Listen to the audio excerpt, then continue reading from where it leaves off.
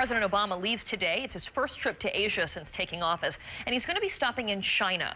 When we talk about China, we're also talking about growing concerns about the country's aggressions online, cyber warfare. Hackers have already hit our nuclear weapons labs, the Pentagon, and even the president's campaign. I'm joined in Washington by Greg Garcia, former Assistant Secretary for Cybersecurity at the Department of Homeland Security. Good to have you, Greg. You're also the president now of the security consulting firm Garcia Strategies. And with me here at Time Warner Center is Nick Thompson, senior editor of Wired magazine. Thanks for being with us, Nick. Morning. Greg, let me start with you. It's no surprise that China spies on the U.S. and that we spy on China. We've talked about this many times, but the recent report saying that China is building up capabilities for cyber warfare. What exactly does that mean, and how serious a threat do you think it is? Well, you're exactly right, Kiran. Look, in perspective, spying has been a part of human civilization since somebody invented curiosity and self-interest. So we are now just taking this, this spying discipline from the physical realm to the cyber realm. We definitely have vulnerabilities in our electric system and in our national information infrastructure, and it is a serious problem. And we need to focus less on where the threats are coming from and more on protecting against those threats. And that's interesting, Nick. How do we do that?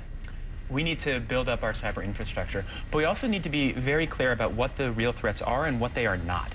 There's a lot of hype that China can get into our electrical grid and turn off the power in different parts of the city. You don't think that can happen? I don't think that's going to happen. There's a big report that came out. There are a lot of people who hype this threat because they have business interests in it. So that report that came out 2 weeks ago, it's terrifying, you know, and it makes you think the U.S. really needs to build up its Defense Department's cyber infrastructure. The report was written by Northrop Grumman, which sells the Defense Department its cyber infrastructure. So there's a reason why it would make it seem very bad. Yes, but according to this report, and I mean, they say there were more than 54,000 what they call malicious acts against the Defense Department alone. I mean, it seems like there is some room up for us to improve. Well, but what is a malicious act? Is a malicious act a 13-year-old kid in China who tries to log into some Defense Department server, or is it actually someone on the payroll of the Chinese government? There's not a lot of evidence that the people on the payroll of the Chinese government are organized in a serious way that could do serious damage. And Greg, well, first of all, I want to ask Greg about that, because in this study that Nick is referring to, they say that while there is little hard evidence about whether Beijing's government is implicitly involved in this, they say that some of the sophisticated nature of some of these attacks show that it would be difficult without some type of state sponsorship. What is your opinion about whether or not this is China's government?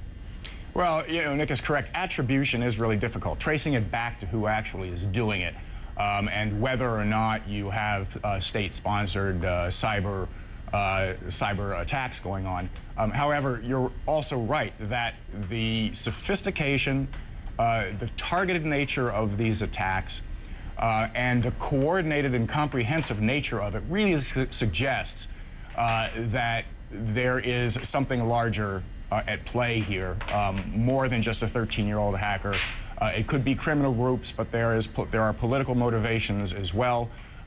You know, denial ain't just a river in Egypt, and we have to really be paying attention to how we fortify our defenses against all threats, sophisticated and random. And what's the best way moving forward, Nick, in terms of spotting what is real and what is not as important, and doing a better job of actually being able to defend against it? Well, one thing that would be really helpful would be developing our capabilities of actually tracing and seeing who is attacking us. So you can figure out whether it's a kid, whether it's the criminal gang, or whether it's somebody sponsored by the government.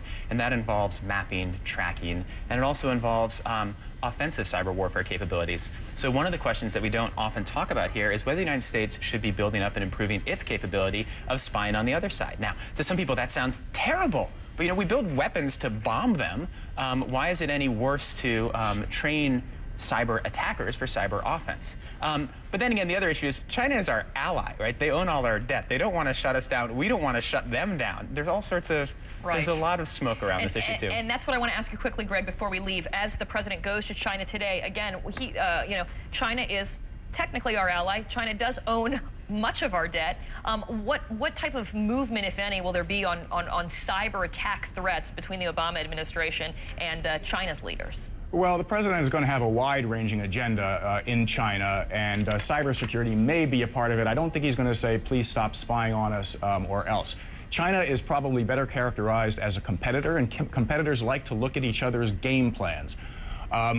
I think that the president needs to focus on this wider plate of diplomatic issues that he has, But to draw the line, to understand what line China would cross in our information infrastructure, that would be considered something more serious than just a cyber attack.